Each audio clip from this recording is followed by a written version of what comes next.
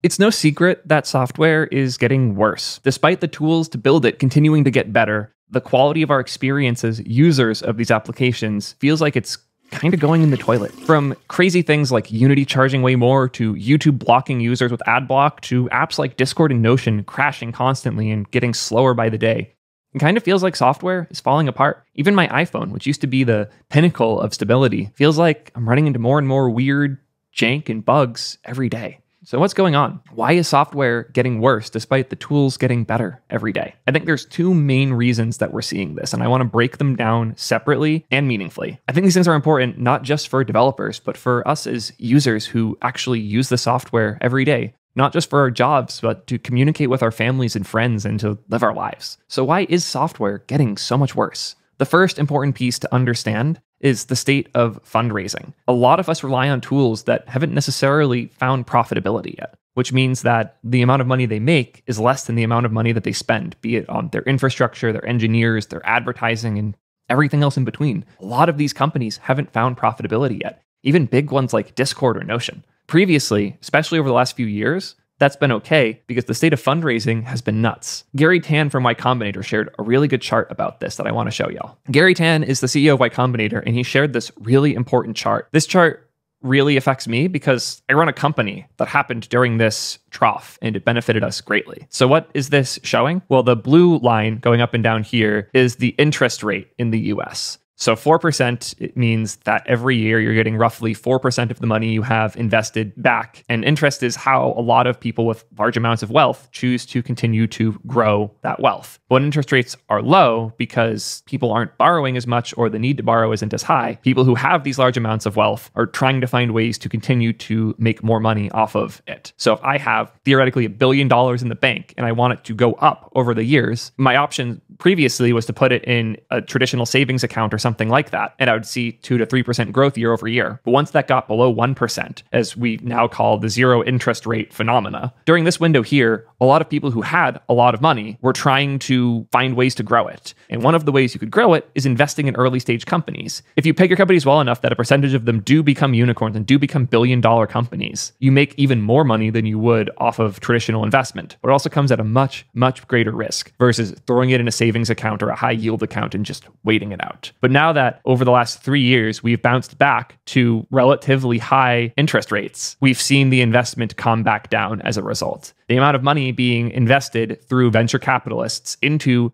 early, medium, even late stage startups went from the $10 to $20 billion in 2010, all the way up to $50 billion in the 2015s, all the way up to $100 billion 2018 pre-COVID. And then during the peak of COVID, during this interest rate crash, we saw as much as $200 billion per quarter going in through VC. That's insane. That's like $1 trillion year of investment in 2021 and 2022. And we're seeing that come back down again. But during this window, we saw a lot of companies raising a lot of money, and those companies raising money now had the opportunity to hire more staff, take more risks, run higher burn rates, and make less money until getting to a theoretical saturation point. Because if let's say you're Discord and you have 1/4 of Slack's reach, you could try and turn those users into money, or you can spend more money to try and get to half or all of Slack's reach and then convert later. But what this money gets you is the opportunity to make software that's focused less on being profitable and more on being good and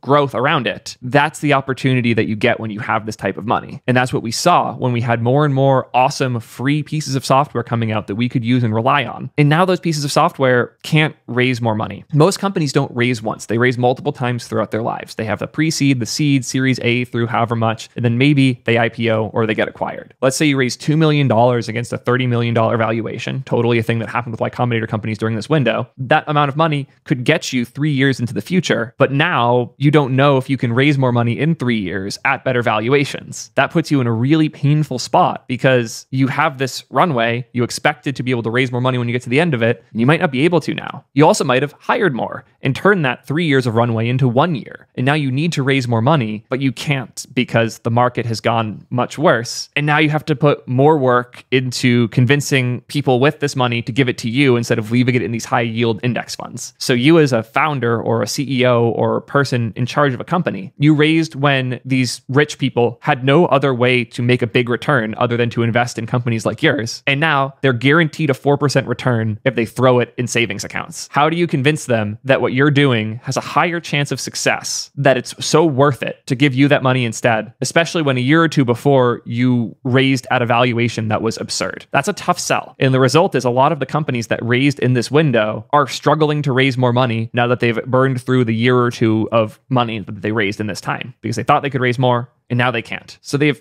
two options. Either they can charge more to justify the difference, or they can do whatever they have to show investors, hey, look at how crazy our growth is. Don't you want to get in right now? And most of them are doing both. They're trying to find ways to make more paid users so they could show off those numbers, and they're trying to find ways to grow at all costs. And that absurd growth is the other side of the problem that we're seeing here. This chart is why we see all these companies choking us out, trying to find every opportunity to charge us more, even big ones like YouTube blocking ad-blocked users. That's because the market's in a different place right now, and they need to find ways to make money to show to everyone from people buying their stock to early stage investors, hey, look, we can make money. Here's a chart that proves it. Don't take our money away, please. And that's what we're seeing a lot of these companies fall for. But the other side is what happens when you grow too fast. And this is where we talk about why software isn't just more expensive, but is getting buggier and buggier. This is kind of about Electron, but it goes much deeper. If you're not already familiar with Electron, it's a technology that lets you use a lot of the parts of Chrome so you can build desktop applications using web technologies. Instead of having to learn C++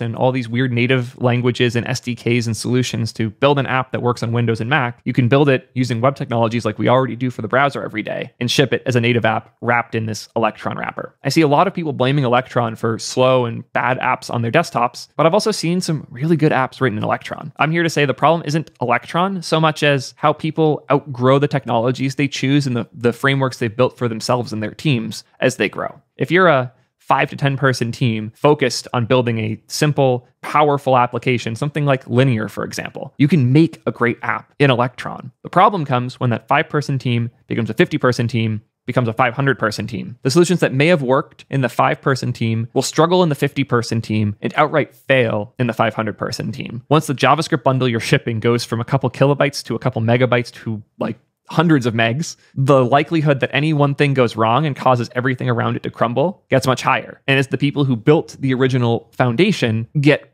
further and further from the code or even leave and go to other companies, the process that allows for these things to stay good just isn't there. A lot of these companies didn't set up the right safety guards in practice internally to make sure the quality of experience in their applications stays high while the number of engineers working on these things goes up. And this is what I've seen killing the majority of the software I rely on, is a small team becomes too big, their process doesn't keep up. And as they add more and more features and exponentially increase the complexity of the software they're shipping, they're not putting a comparable amount of effort into maintaining the quality of the software that they're shipping. And one bad feature or one bad line of code is all it takes to make a good application start to fall apart. There's some really good research. On average, a developer creates 70 bugs per 1,000 lines of code. 15 bugs per 1,000 lines of code find their way to a user. Fixing a bug takes 30 times longer than writing a line of code. 75% of developers' time is spent on debugging. In the US alone, $113 billion is spent annually on identifying and fixing product defects. As the number of lines of code your company makes goes up exponentially,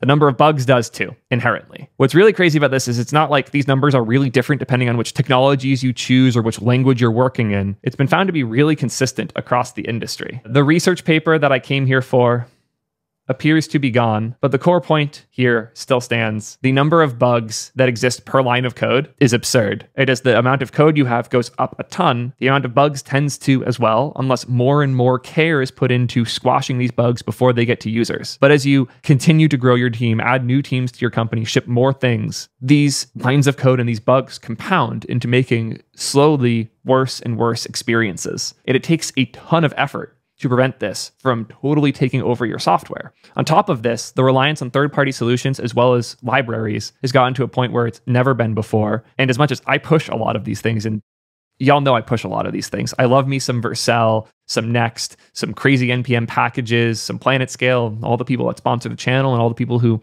build the awesome things I rely on every day. I think we rely on like 20 different services for uploading, and that lets us move way faster and build much better. But it also increases the surface area for problems. It also means that the thousands of lines of code those other companies and these other libraries have in them also have bugs in them that we might encounter ourselves. On one hand, that code is better battle tested, and if we wrote the 1,000 lines of code ourselves, we would introduce more bugs because we haven't vetted that code the same way they have. But if you're adopting a third-party solution with hundreds of thousands, if not millions of lines of code, there are bugs in there that you will eventually hit. And identifying them when they are there is hard. And working with the company to get them to fix them is even harder. And I am notorious for finding these bugs. I just ran into a fun ID collision bug with one of our providers recently. These things happen, and you have to be ready for it to happen, and you have to have process at your company and on your team to address these things as they happen. Everything from thorough code reviews to on-call to good reporting methods and mechanisms when users have problems to good tools for identifying these bugs when they happen. Things like Sentry or Highlight that will report errors to you directly with source mapping so you have the exact line of code the thing failed on. These solutions become more and more important as your teams grow and as your user base grows. And I've not seen many of these newer companies keeping up properly. And it sucks to see because I love so much of this software. I genuinely love using Discord, and I use it every day for the majority of my communication. Notion is how I run this YouTube channel. I wouldn't be able to do this without it. These pieces of software are so important. And despite the state of the market causing money and fundraising to be tough, and despite the company's sizes growing well past what they should be now, the software still functions the way I need it to. I'm just eating more and more bugs and performance issues every day. I expect we'll start to see a bit of a rebellion in the software development side, where we'll see more and more solutions focused on being simple, minimal, performant, and reliable. Things like linear. And I hope I'm right on that, because the state of software isn't great. And when even my iPhone has weird issues trying to set it up, you know the quality isn't where it used to be. I miss when software worked, and it would work tomorrow the same way it worked today. And yes, internet technologies are part of this, but it's this insane growth in the lack of care put in to balance out the growth that's caused the majority of the software issues that I'm talking about now. What software issues have you experienced, though? What are the programs that you used to love that annoy you more than ever now? And do you have enough motivation to try and fix these things yourself? If you want to hear me complaining more about software, I will pin something in the corner all about that. And if you've already seen it, YouTube thinks you like the video below that. Appreciate you all a ton. Thank you guys as always. Peace, nerds.